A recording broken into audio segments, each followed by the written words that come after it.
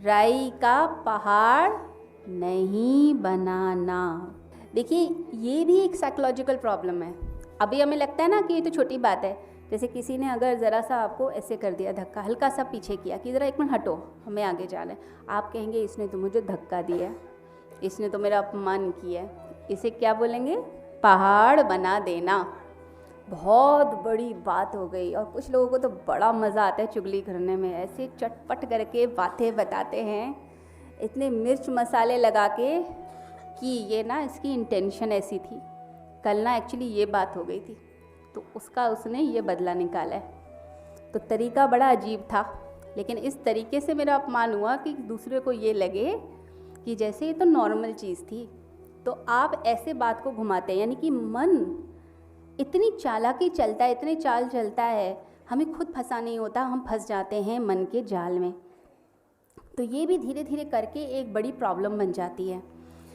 तो अगर देखा जाए कोई व्यक्ति अपनी शुरू में ये आदत को ठीक कर ले तो आगे ये कोई साइकोलॉजिकल प्रॉब्लम नहीं बनती, क्योंकि घरों में झगड़े भी इस बात के लिए बहुत ज़्यादा होते हैं। घरों में भी, ऑफिसेज में भी, बिजनेस में होते हैं, फैमिलीज़ में या पार्टनर्स के बीच में झगड़े होते हैं, क्योंकि बात को बहुत बड़ा बना दिया जाता है और फिर झगड़ा शुरू हो जाता है बहुत ज़्यादा। कई लोग इसको इतना ज़्यादा, इस प्रॉब्लम को बढ़ा लेते हैं कि इतनी गहरी साइकोलॉजिकल प्रॉब्लम बन जाती है कि अगर खरोच आई उस व्यक्ति को जिसको मेंटल प्रॉब्लम हो गई है इस चीज़ की, उसको लगेगा कि खरोच नहीं आई है, किसी ने मेरा हाथ काटा है तलवार से। ये पागलपन की एक निशानी बनना शुरू हो जाता है। अभी तो हम इसको एक नॉर्मल बात समझते हैं, मजाक समझते हैं, लेकिन फिर ये एक इतनी साइकोलॉजिकल प्रॉब्लम बन जाती है कि लगता है कि तलवार से मेरा हाथ काट दिया है। और फिर उस चीज़ की दवाई लेनी पड़ती है डॉक्टर से। हाइपरकॉन्ड्रियोसिस ये एक प्रॉब्लम है, साइकोलॉजिकल प्रॉब्लम है। तो इसमें पेशेंट का इलाज कराया जाता है। मेरे पास एक अमेरिका से एक लेडी आई, एटलांटा में रहती थी, उनके बेटे को यही प्रॉब्लम है। उसको डॉक्टर इसी चीज़ का इलाज कर रहे हैं, क्योंकि उसको लगता है खरोच आई तो किसी ने तलवार से हाथ काट दिया, मेरा हाथ नहीं है, हाथ ठीक है, लड़का बिल्कुल ठीक है। तो उसकी दवाई ले रहा है, 2-3 साल हो गए, ठीक ही नहीं हो पा रहा। तो प्रॉब्लम कहाँ से शुरू हुई और आपने उसे कैसे पैथोलॉजिकल बना लिया? तो हम पैथोलॉजिकल बना लेते हैं, इतना ज़्यादा उसको बहुत बड़ा बना के अपना खुद का नुकसान करना शुरू करते हैं। तो हमें फर्स्ट स्टेप पे करेक्ट करना है अपने आप को ठीक करना है।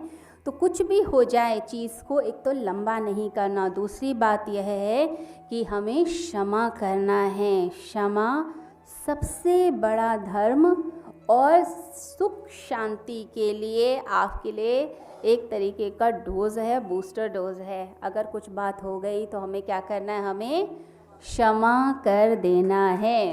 कई बार हर व्यक्ति अपनी इच्छा से जुड़ा हुआ होता है, हर व्यक्ति की अपनी इच्छा होती है। कई बार वो दुखी होता है, कई बार फ्रस्ट्रेट होता है, कई बार गलतफहमी का शिकार होता है। तो कई ऐसी बातें बोल दी जाती हैं जो अच्छी नहीं होती, जो आपके मन को प्रीतिकर नहीं लगेंगी, अच्छी नहीं लगेंगी, बोल दिया गया।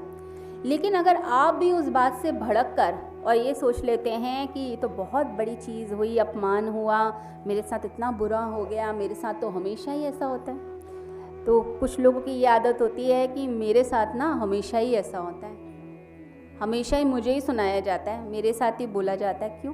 क्योंकि हम उस चीज़ को एक माइंड में एक पैटर्न बना लेते हैं, कलेक्शन करते हैं मेमोरीज़ का, कि पहले बुरा हुआ था, अब भी बुरा हुआ, अब देखो आगे भी बुरा, अब देखना आगे भी होगा। तो वो व्यक्ति क्या कह रहा है? आओ और बुरा करो मेरा। पूरे ब्रह्मांड को निमंत्रण दे रहे हैं आप कि मेरा बुरा करो। तो हमें ये थोड़ा ना कहना है, हमें तो ये कहना मेरा हमेशा अच्छा हुआ है, अच्छा हो रहा है और अच्छा होता चला जाएगा। बस ये भावना रखनी है अपने मन के अंदर, ये नहीं कि मेरे साथ तो बुरा ही होता रहता है। ये सब बात मत मन में रखिए। तो क्षमा करें, कोई बात हुई, दूसरे की साइकोलॉजी समझें कि इस टाइम अगर ये व्यक्ति चिल्ला रहा है यानी ये इमोशनली वीक है, इसको इमोशनल प्रॉब्लम है, इसके अंदर प्यार की कमी है, इस वजह से ये चिल्लाता है। परंतु मेरे पास तो भरपूर प्यार है परमात्मा का, इसलिए मैं माफ़ करता हूँ, मैं क्षमा करता हूँ। तो ऐसा भरपूर प्यार हमें कहाँ से मिलेगा बताइए? परमात्मा से मिलता है जब हम जुड़ते हैं उसके ज्ञान से, उसके आनंद से। तो भगवान यही बोल रहे हैं, गोविंद यही बोलते हैं गीता में कि जो जुड़ा हुआ है, जो जुड़ा रहता है, उसे परम सुख मिलता है। दुनिया का सबसे बड़ा सुख उसी के पास है। तो जिसके पास मर्सिडीज़ है उसके पास सुख नहीं है। लोग सोचते हैं इसके पास मर्सिडीज़ है, इसके पास बहुत बड़ी BMW है, इसके पास बहुत बड़ी गाड़ी है, ये तो बड़ा सुखी होगा, ये महल में रहता है, ये सुखी होगा। होता ज़्यादातर उल्टा ही है। चीज़ें इकट्ठी कर ली जाती हैं और फिर व्यक्ति उसका नौकर बन जाता है, उस चीज़ को मेंटेन करता रहता है। अरे मेरी गाड़ी टच तो नहीं हो गई, किसने गाड़ी को हाथ लगा दिया, किसने खरोच लगा दी, फिर झगड़ना शुरू होता है, किसने टच कर दिया। तो आप नौकर बन जाते हैं चीज़ों के। तो वस्तुओं में सुख नहीं, सुख कहाँ है? सुख है भीतर, हमारे अंदर।